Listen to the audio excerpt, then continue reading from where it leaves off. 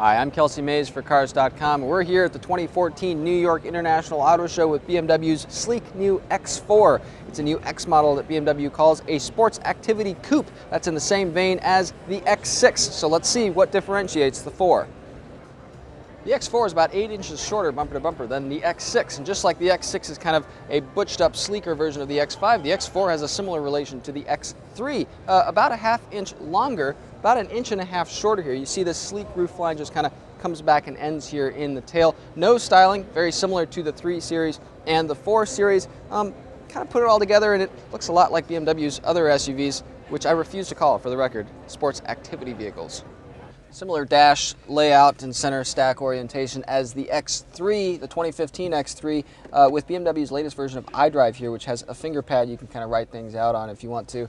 Some of the controls here, not as nice, I think, as in the 3 Series and the 4 Series. Those have more of a three-dimensional control look. These are kind of more ordinary looking.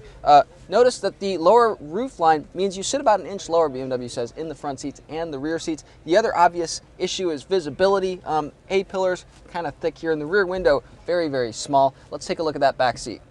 You really do get a sense of sitting a little bit lower in the back seat of the X4. I'm 6 feet tall, that's where I would sit to drive. Knee clearance pretty good here, but the seat sits a little bit low to the floor of the vehicle, so my knees are a little bit elevated. Now, despite the low roofline, I've got pretty good headroom back here. Let's take a look at the cargo area.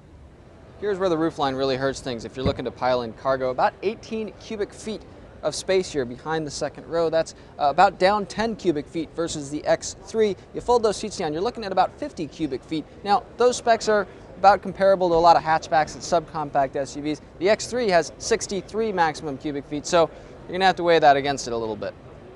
All-wheel drive is standard on the X4, and there are turbocharged 4- and 6-cylinder engines, but the 4-cylinder still hits 60 miles an hour in only about 6 seconds, BMW says, so even the base X4 is going to be a pretty quick vehicle. Now, pricing is about $45,000 for the base X4. That's about $4,000 more than the X3. Similar pricing scheme between the X5 and the X6, and that hasn't gotten the X6 that many takers. So does the X4 make much sense? Well, decide for yourself. It hits BMW dealerships in summer of 2014.